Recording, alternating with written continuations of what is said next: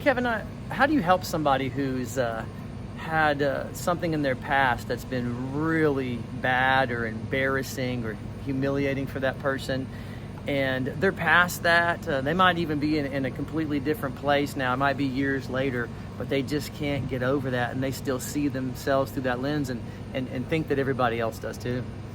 I mean, that's a hard place to be, and a big question that I like to begin is by throwing it on the scale. A lot of times our distorted reality is that this is a huge deal, that people are thinking about it, that people know. I got good news for you. People are self-absorbed. They're thinking about themselves. That's right. They're not thinking about your 5 years ago or even your 3 months ago. And so throw it on the scale, and based on what evidence are you bringing this thing from the past into the list of things that you have to deal with today? Yeah, there's a Dane Cook stand-up one time where he mentions somebody crying in their car, and he said, "Isn't it funny how when we're crying in our car, we think everybody's looking at us, pointing and laughing? Ha, look at the guy crying." Nobody's looking. We're all in our own world, right? And I think that this is true to a degree, that when things have happened in the past, this is even though we cancel people in this culture, we get over things quick. We forget about things pretty quick. There's so much going on. You can overcome something that you've done in a short period of time. And I think a lot of times, if you keep living through that, then you keep reminding people of that, and now that's why you're there. Sometimes we take those things and we go through the value of them. You are more than your past. In fact, if you were like the greatest person in the world and you broke all the world records like 5 years ago or The 6 awesomest months dude ago, ever. in all actuality, it's not like you're going to die and it's over. You still have to keep going.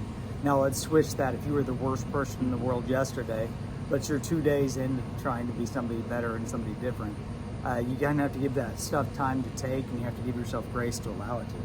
Yeah, and as Christians, I'm a Christian, Kevin's a Christian, and so when you have that faith that you live by, you understand that literally everybody in the Bible that God used messed up something awful.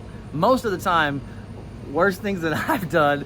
And so when I look at that, I'm like, okay, well, that doesn't disqualify me then from being used by God. And so in my case, I used my past as a testimony of God's goodness and his redemptive power, that he's brought me out of this. And so I'm not embarrassed or humiliated by my terrible past. I look at it as a calling card for God using me. And so sometimes you can embolden yourself if you take on the faith of Christianity. Going a little bit preachy, if you take these events from your past and you lay them on an altar, you'll take your trials and you'll turn them into your testimony, and your testimony is powerful.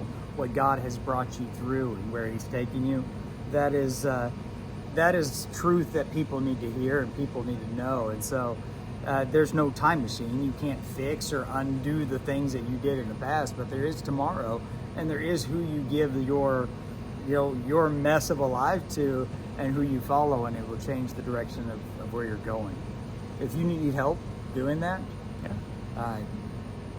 we do counseling. Sometimes it takes a little while for us to get to that place of forgiving ourselves or working through things, so give us a call.